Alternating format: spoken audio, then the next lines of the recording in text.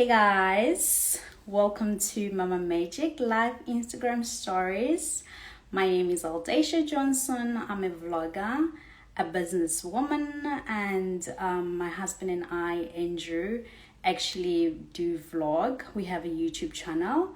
We vlog about our lives, and we vlog about family. We vlog about travel and food. So if you want to check our YouTube, just check us out, Aldecia and Andrew. But today is definitely not all about me. It's all about what we're gonna talk about with Sister Des Meyer. That's the midwife. So today we are talking about very interesting topic, which is preparing for birth during COVID crisis. Because I'm a new mom, I forgot to mention that. That's the reason. And on my Instagram, I also talk about like the journey of my motherhood. So a lot of people definitely ask me questions. They're like, when you gave birth, because I gave birth in March. So people were like, how was it? Because that was just before lockdown when I gave birth. So I couldn't actually answer questions because I wasn't really like during the crisis wasn't hectic then. It was just the beginning. It was just minor. So I'm so glad that I'll speak to Sister Des, and she would give us the insight. She would let us know what we need to know when you want to give birth this tough times. So as you guys are joining in, I'm gonna check if she's in as well, so I can invite her in so we can start talking. And you're welcome to actually like say your questions and tell us, ask what you want to know. I'll definitely save the live video. I see you guys are saying we should save the live video. Definitely will save the live video so that you can come back and also watch or revisit the page and just check it out. So let me see if Sister Des is in. Let me invite her, or let me like accept. I'll wait for her actually request so that I can accept her. So yeah, it's exciting. So I'm excited also to talk about this. Let's see, it's Sister Des in. Let me check. I can't see her. We'll just wait a little bit, and people are also just joining. So yeah, so any questions do you have, please just type them in so that I can take them down. If you have any questions. I gave birth the day before lockdown. Oh my word, your skin is amazing. Oh, thank you. I gave birth on the 19th of March. Yeah, it was not yet lockdown. So yeah, so I have a baby boy, Nolan, and yeah, he is so cute. He's 4 months old now. So let's see, where is Sister Des?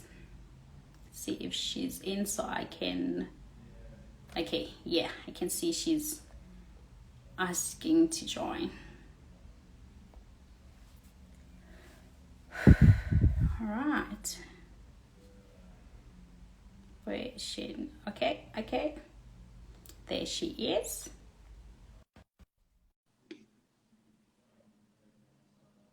Kept just waiting for her.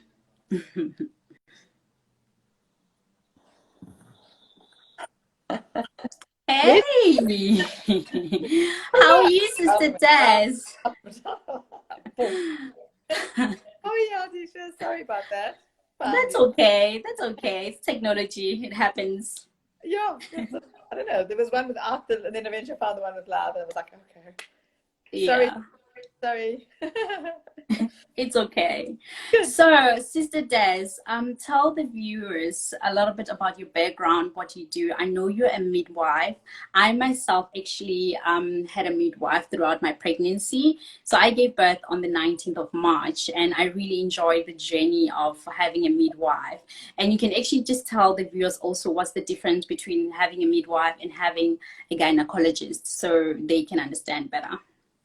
Yeah, sure.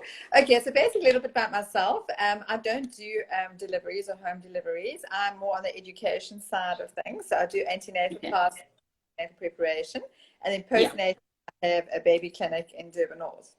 Yeah. But I have lots of friends and colleagues that are midwives, and they do home deliveries. So basically, Mhm.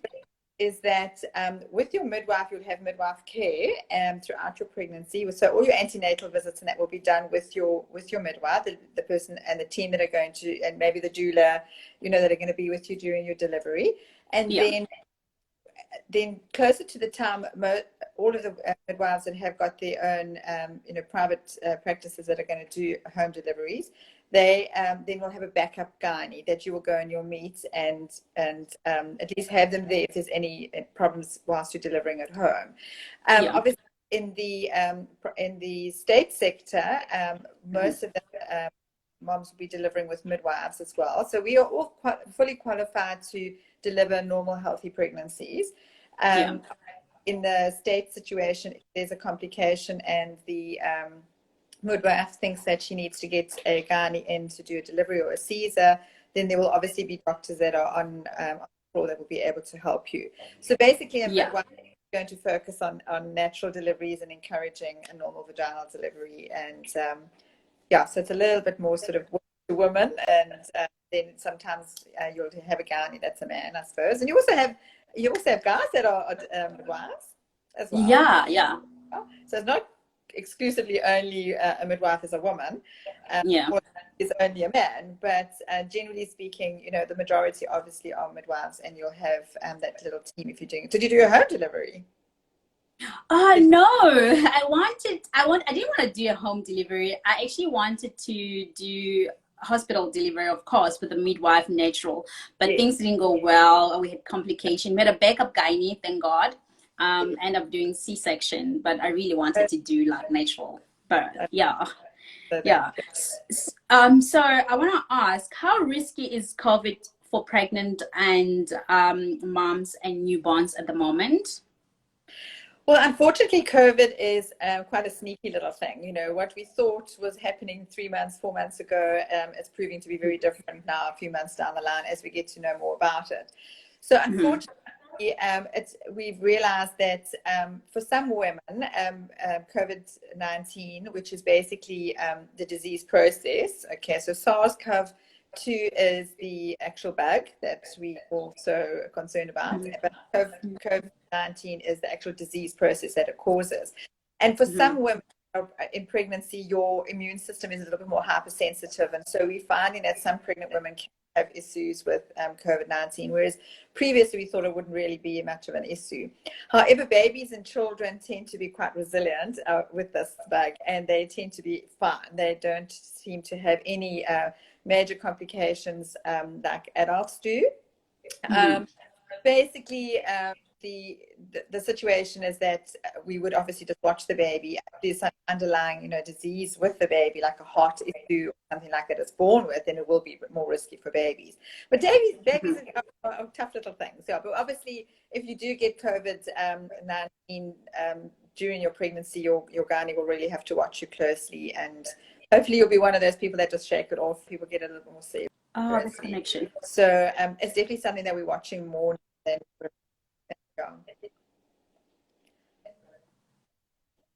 But can you breastfeed if you have COVID? Because I know one of my followers mentioned to me that she has COVID and she just literally gave birth. So can people breastfeed? Yes, they definitely can. Moms, can they breastfeed? They can breastfeed. Okay. Because it's going to depend on who the mother is. I mean, if mom is really, really man down and she, is struggling to breathe and things like that, then caring for a baby full time like that would be really, serious strain. Exhausting. Yes, yeah. I mean, it's exhausting enough when we're healthy. Can you imagine? Yeah. So obviously, if a mom has mild symptoms, she can breastfeed. If a mom has serious symptoms, then she'll maybe be able to express for the baby, and another caregiver will be able to bottle feed the baby until mom is well enough to start breastfeeding. So it definitely does depend on mom's state of health and her condition at the time. Yeah. And what can you advise moms to pack for their hospital bag during these times? Is this still the same as back then when we packed, or there's something that they have to add? And for their babies as well, what are the items that you can advise them to pack?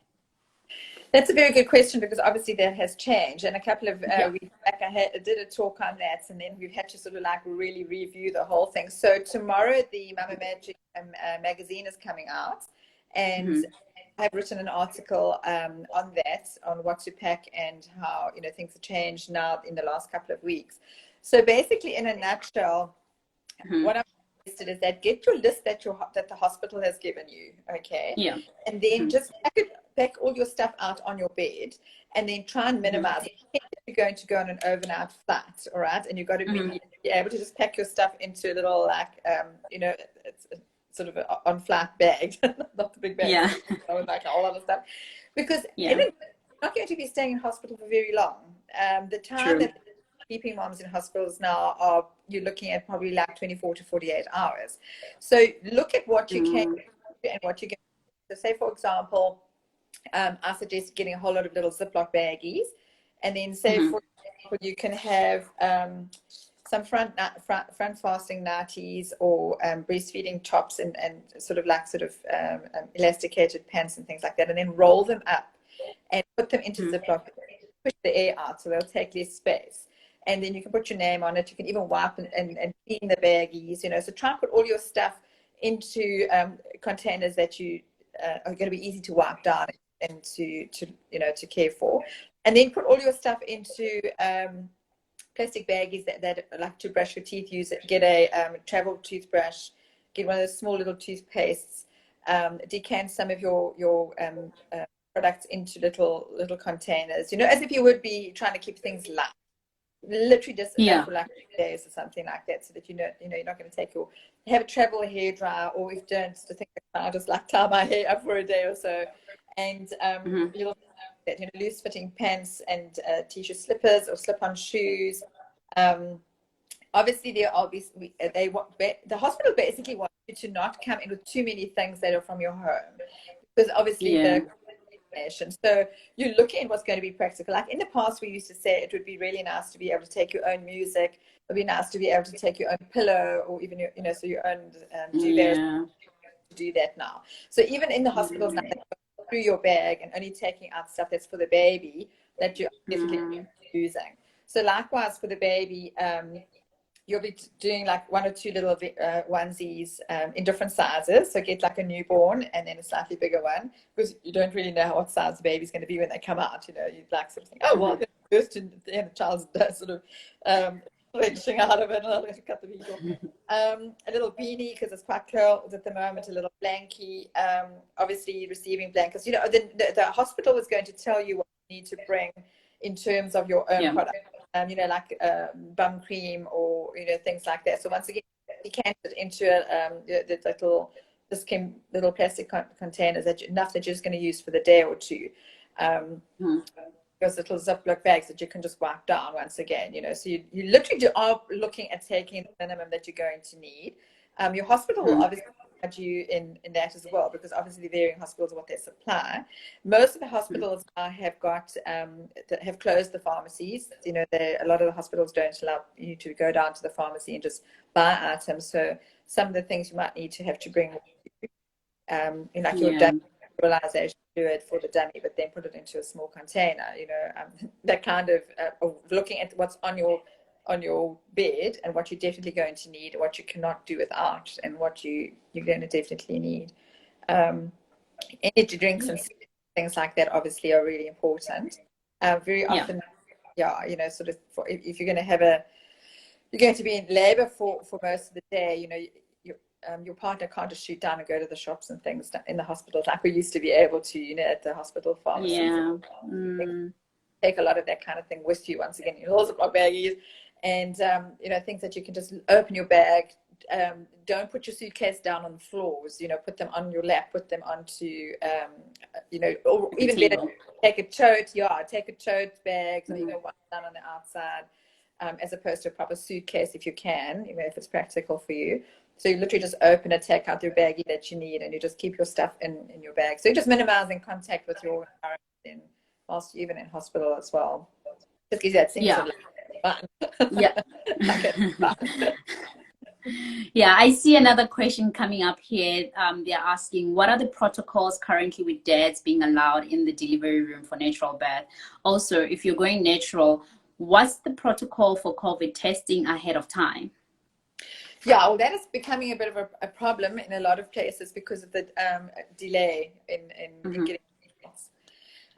So that is a bit of a difficult one because it literally changes every week. I mean, I feel so sorry for my current antenatal moms classes because every week they say like, well, what is your hospital saying? What is your hospital saying? You know, so it seems to be like a collaboration between the pediatricians and the gynaes and that kind of thing in each separate hospital, and they're deciding on the protocol of what they're wanting to do. So you've got some hospitals that are quite relaxed about the dads coming in. If the dads haven't had, you know, if you've gone into labor and you haven't had your test, I think the maximum at the moment that they're waiting is 2 to 3 days. And if you haven't had a test in 2 to 3 days, then they'll view you as a person under investigation, you know, because you could have caught COVID in that period of time since your last test. And then with the delay in you know, and the false positives and, you know, all of that kind of thing, and asymptomatic patients, it's becoming really difficult for a lot of the hospitals to monitor that. So some hospitals are to the point where they're not even going to, well, it's no good us even, you know, testing anybody anymore. We're going to just look at you as all being people under investigation and treat you all as being potentially positive. So in the past, we had the 3 triage kind of like sort of situation where you had people that were definitely negative, that recently they would go like on the green, you know, green route, and then you got the orange route without people under investigation, and then you get your red, which is obviously definitely, you know, positive.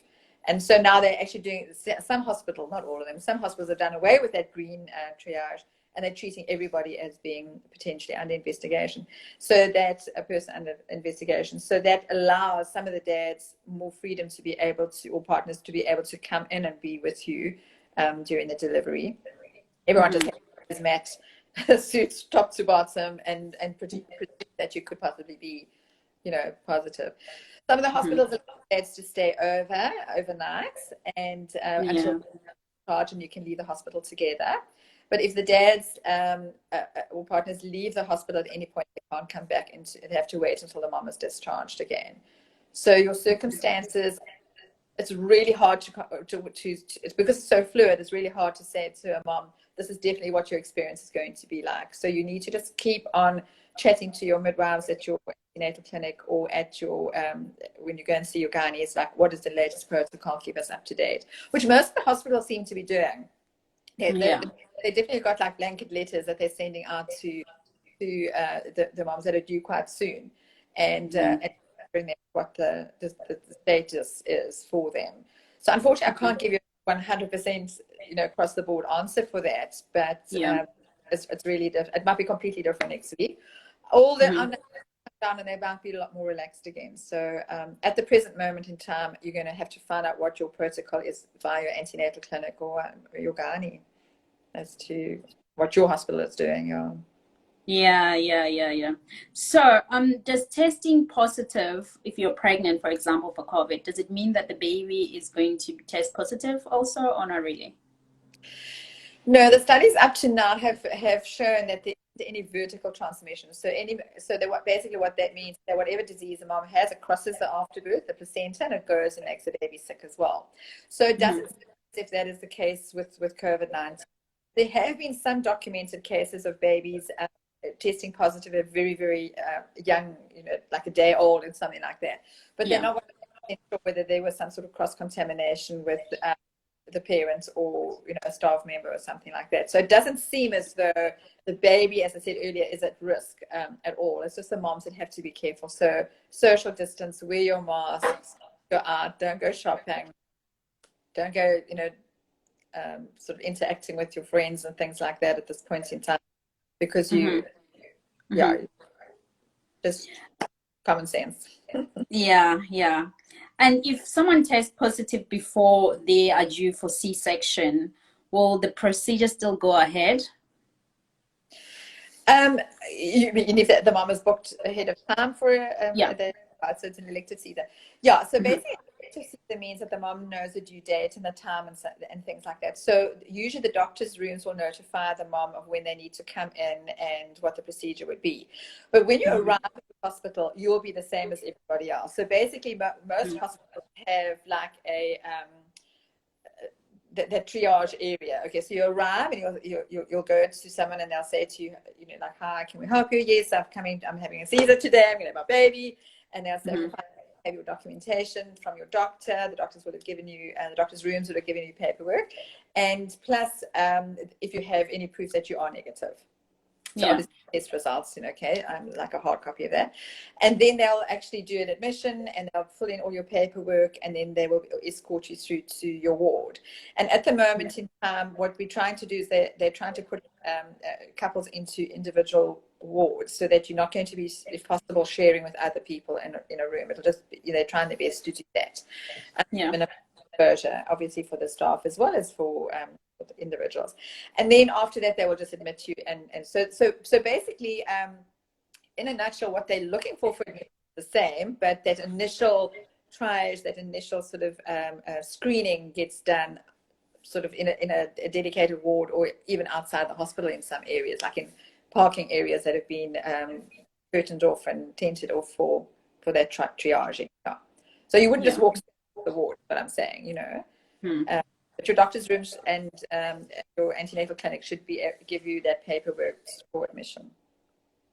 Okay, great. And I see someone asking, how can I protect my baby from COVID while I'm in hospital? For example, you don't have to kiss your baby anymore, even if you don't know whether you have it or not. I know, it's so sad. Hey, it really is such a thing. Yeah. I mean, all the pictures of moms delivering with masks on, you know, I mean, they've, you know, sort of having all these like family pictures and they're all wearing their masks, you know. Yeah. But basically, once again, is sanitize your hands, wash your hands, keep your face mask on. Obviously, no, don't kiss your baby. You should never kiss babies anyway, because, I mean, you could pass anything on, like, you know, herpes simplex, things like that as well. True. So, on the head.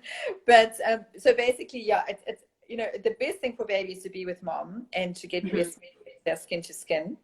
But it is predominantly a respiratory disease. So you're wanting to protect your nose, always keeping your nose covered. Might have touched your mask or your face without realizing. So always wash your hands before you handle your baby. Little things like that. But as I said, the baby. Okay. And please share the pros and cons for each type of birth during these times. Like, is it, because some people think, is it safe maybe to just do C-section, or should I just do natural birth, or should I just do even home birth, because I'm trying to protect myself from all this? But obviously we know that with sometimes, even if you want natural birth, sometimes things don't go like according to plan. You might end up going to emergency C-section. But if, for example, you want to choose in terms of like doing a planned C-section, like just give us the pros and the cons of both situation. Okay. Well, a lot is going to depend on the size of your baby, how your pregnancy has been going. And so that is where your midwife or your gynae is going to be able to really help you and direct you into to work as a team, as to make a decision of what is going to be the safest way to deliver. So if your doctor is happy that, say, fine, okay, you can have a natural birth. Everything your gynae says is absolutely fine, or your midwife says is absolutely fine. Baby's in an optimum position, things are going well. You have a really good history. We shouldn't, you know, sort of expect any problems. What a lot of the hospitals are doing to try and just control that unexpected needing to go into hospital and your testing is to suggest doing an induction.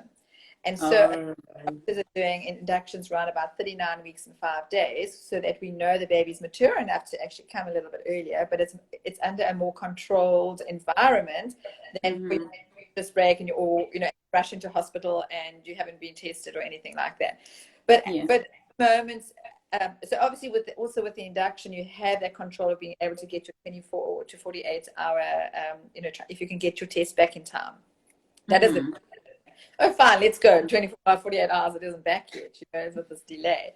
So what they're telling the moms to do is that if you're going to have an induction, and even a Caesar as well, because it's elective, we know the day.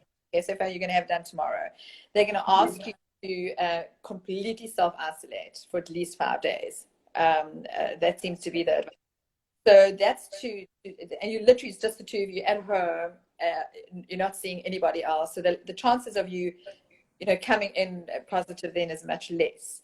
So it's before your Caesar, self-isolating before the induction, and that will then obviously be able to continue. So in theory, there should be no reason why a mom would have to, a normal healthy pregnant mom should have to then need to have a Caesar if she's quite capable of having a healthy vaginal delivery. But if your doctor feels that there are too many variables for complications and an emergency Caesar, they will discuss that with you and prepare you for that. And as I said, as a team, one should discuss that. So I hope that answers your question, but it just really does depend on your obstetric history, really, at the end of the day, because there is why it has to be a blanket. Oh, you can only have Caesars because we need to control the numbers now, because we're realizing it's not that practical. So basically it's a case of what your obstetric history, what your caregiver is going to advise on the day, and then protocol from there, what's going to happen. Home births, well, that is there's so many beautiful home delivery options, and even some sort of nursing homes, where their midwives, having a clinic where you can actually physically go and deliver in almost like a little mini hospital sort of environment, home environment, or physically in your own home. Then you've got to have, somebody that is qualified to, be with you, which is obviously going to be a midwife and a doula, possibly as a team. And then a doctor, rather like your experience was in preparing them to have that. I would imagine that the midwives would ask the parents to self-isolate and then maybe go for a test, because that would always just be the most responsible thing to do if it's practical at the time, because you're obviously going to have a bit more of, with a home delivery, you're not going to have that controlled environment like with an induction. It's going to really just be spontaneous labor, so it could be any time. So the midwives are a little bit stuck there too. It's hard to control that. But I mean, obviously to try and get a natural birth would be fantastic. It'll be great, definitely. For the baby,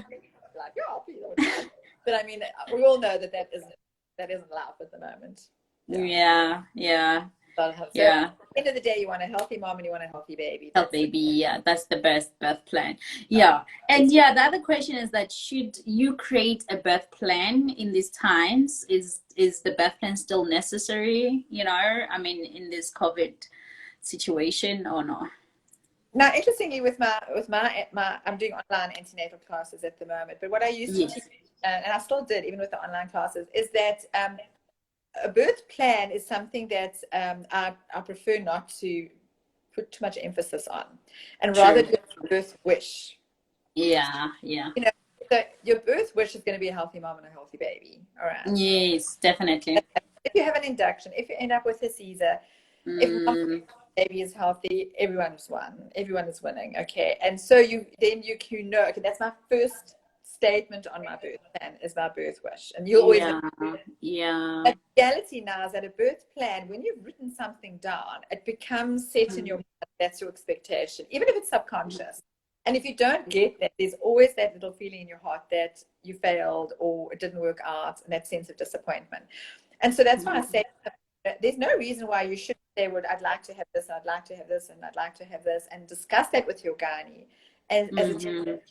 And if it's possible for them to grant you those wishes, then your birth can work out quite well.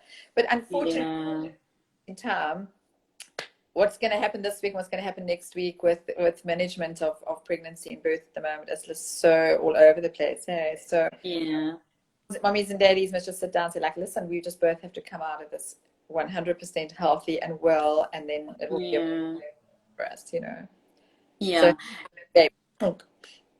So I see people are interested in your online classes that you just mentioned, the antenatal classes. I also attended them, and I think they're very informative, and it's important. Like, I would really urge every new mom, or every mom, even if you're not new, to actually attend.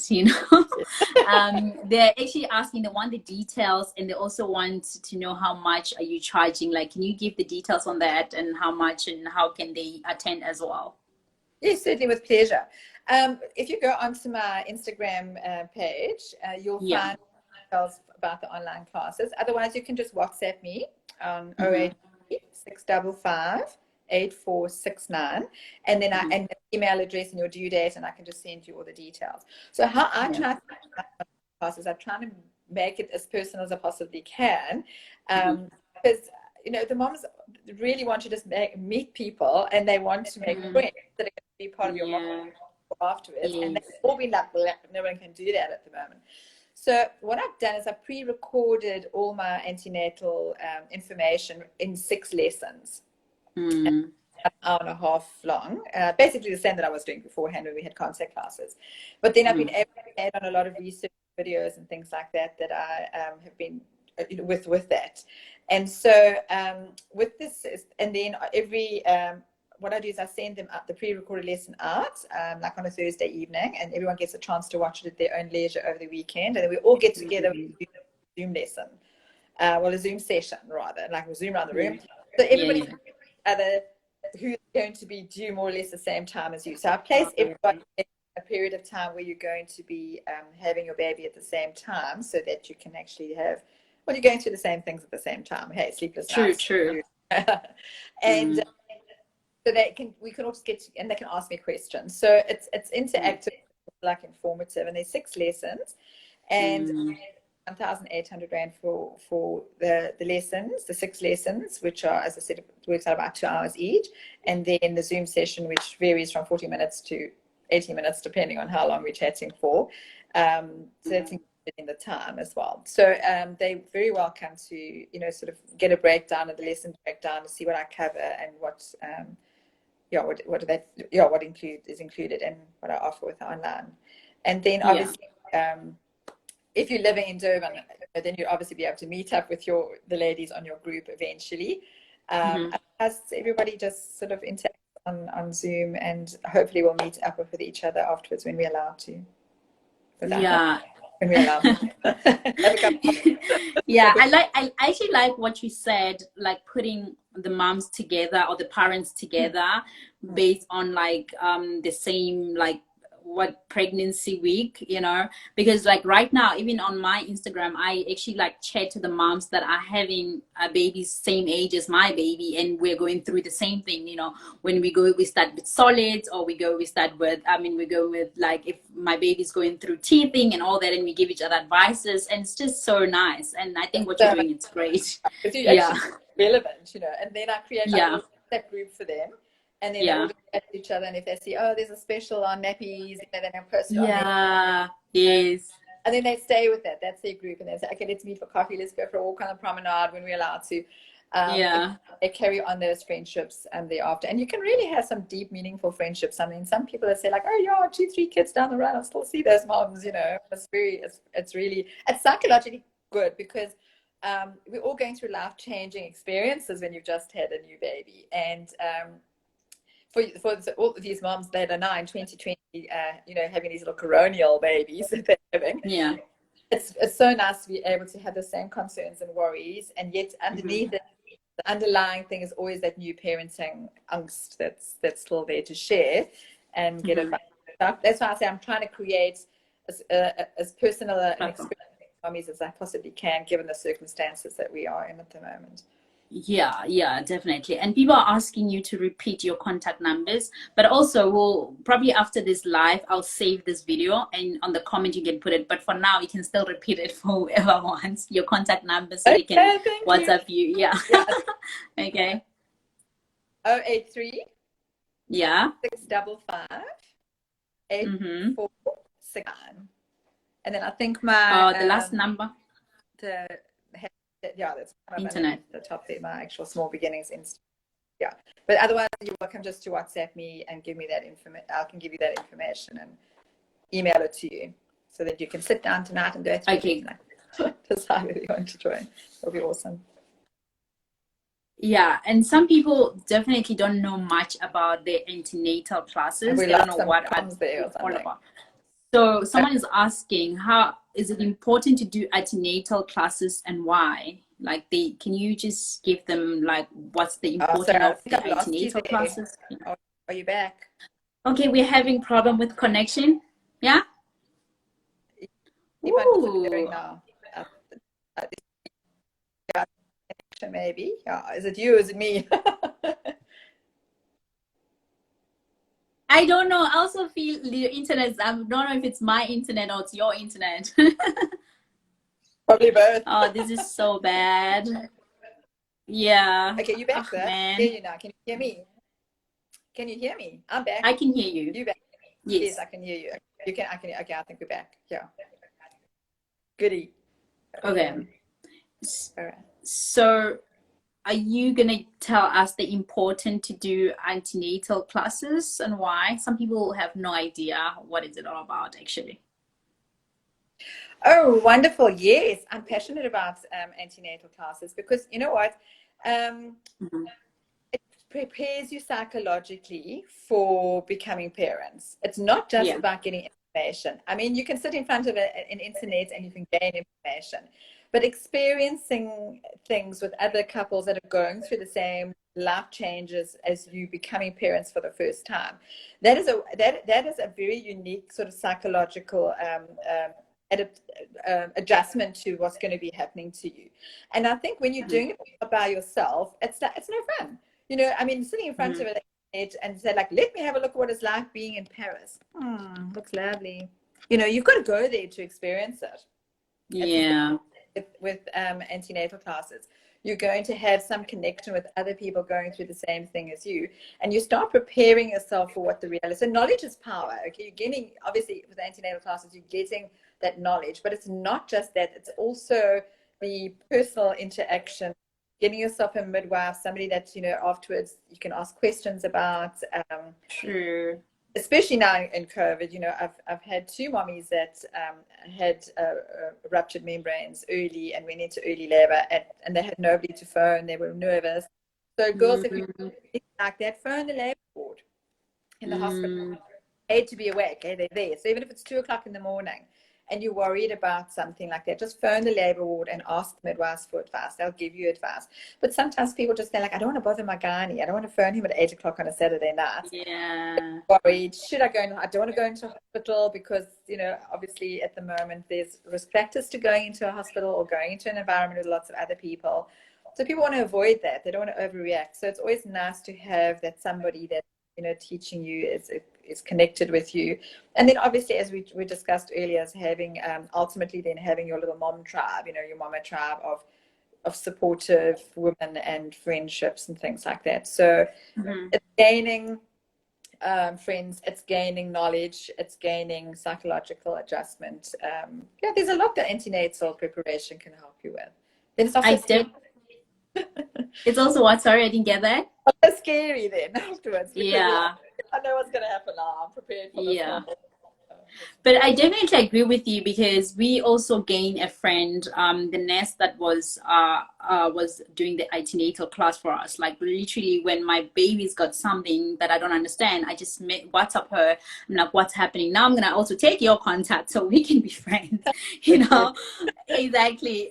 Because in this journey of motherhood, you definitely want to have someone, especially professional and experienced, that can help you and can guide you through. I definitely, I recommend people to attend the antenatal class. I think it's very important as well. So there's been like this question popping up, and then like this person's been keeping on sending it. Let me ask, what are the side effects of an epidural? That's what they're asking. Okay, wow. All right. That's quite a discussion to be having right now. Yeah. The side effects are potential side effects. Okay, so for example, Yeah. you could have a situation where there might be an infection. All right, Yeah. because they're going to be doing, you know, working through the skin and trying to get a local anesthetic into the area around your spinal cord where it's going to numb the nerves leading to your womb and to your legs and things like that. So there's always the potential for infection there. So that's why the doctor, the anesthetist that's doing the procedure will be fully gowned and gloved and everything. Well, yeah, well, anyway, nowadays it has hazmat Yeah. outfits. So Yeah. like coming like, hello, I'm coming to put up your video. Then there's reaction to the actual medication. You could be allergic to it. Sometimes the medication can drop your blood pressure and make you feel very shaky and a little bit sort of out of it. But that we preempt that by putting up a drip and making sure that you're getting enough fluids to keep your blood pressure up. And so a bit of a shivering, localized pain afterwards where there's a bit of bruising. Some moms can get a headache because they can actually, where they've gone in with the little introducer to put the catheter in, can sometimes leak a little bit of the cerebral spinal fluid, and that can give mom a headache. So, they're varied sort of like, there are quite a few potential side effects, but it doesn't mean you're going to get any of those. Okay, so it's not a side effect in the sense that it's like a given, but there are potential side effects. And but obviously having the pain relief and everything that comes with having an epidural, sort of balances that out. But before you have an epidural procedure, your anesthetist will come in and cover all of those things with you, and definitely make you aware of potential side effects and things like that. Yeah. And someone's also asking, would you advise natural birth if the baby is going to be more than 4 kg? Is that is viable? If a baby's more than 4 kgs, you can have a natural birth?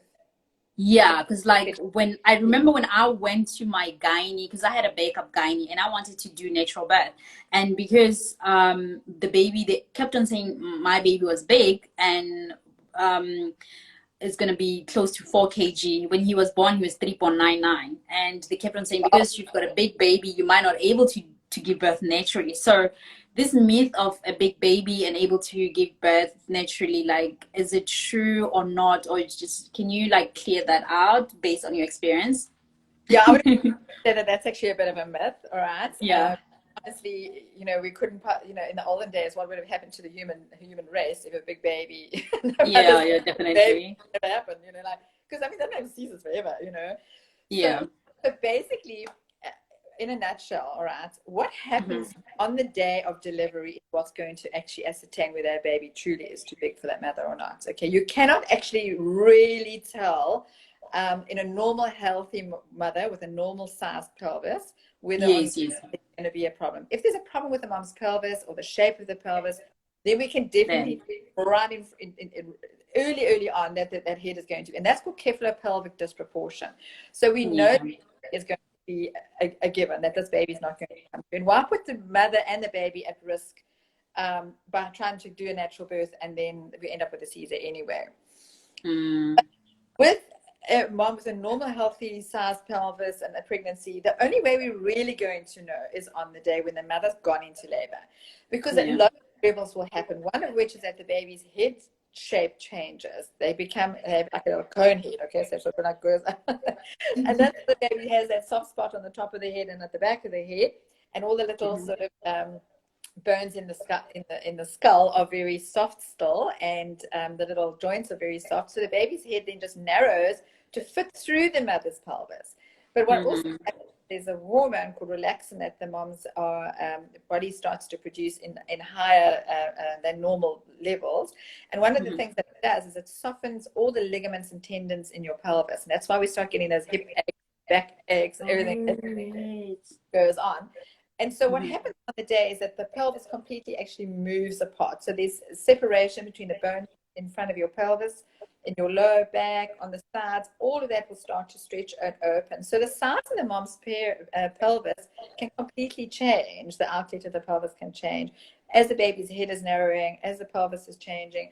If the mom's up and about and walking around, that will also help the baby, by gravity, will help the baby to fit through. So sometimes we'll look at them, we think, oh, I don't know so much. But on the day, whoop, this tiny little mother delivers this 4.4 kg baby. Yeah. Like, yo, how did you do that? My husband weighed 4 kgs at birth. Okay, it was a baby, fortunately. 4.5 kilograms. And my mom-in-law was just on 5 foot. Yeah. So today, people would just look at her and say, like, no way you're ever going to get out a baby weight, a 9-pound baby, 4.5 kilos, is not going to happen. She popped him out, not a problem. So, there's lots of variables. So you can't actually, honestly, but you're speaking to a midwife now, okay? Yeah. The guy, they're like, no. I know, definitely, yeah. Midwives are like, yeah, preach it, sister. That's going to happen. Yeah. So you cannot actually, unless there's a 100% like, whoa, okay, that's not going to happen. CPD, or this baby's like in a funny position or whatever. Normal healthy position, normal healthy baby, normal healthy pelvis, and mom do what we used to do. In my day as a midwife in the 1980s, we used to do what we call trial of labor. And so we would give moms a fighting chance. We'd let them try and go into labor and watch them closely and see how they, my cat, and see how the labor progresses. And then if there is any sign that there's going to be a problem, then we can just go across that and do a Caesar. But obviously in COVID at the moment, we're not necessarily going to have so much flexibility, so that can be a bit of a problem.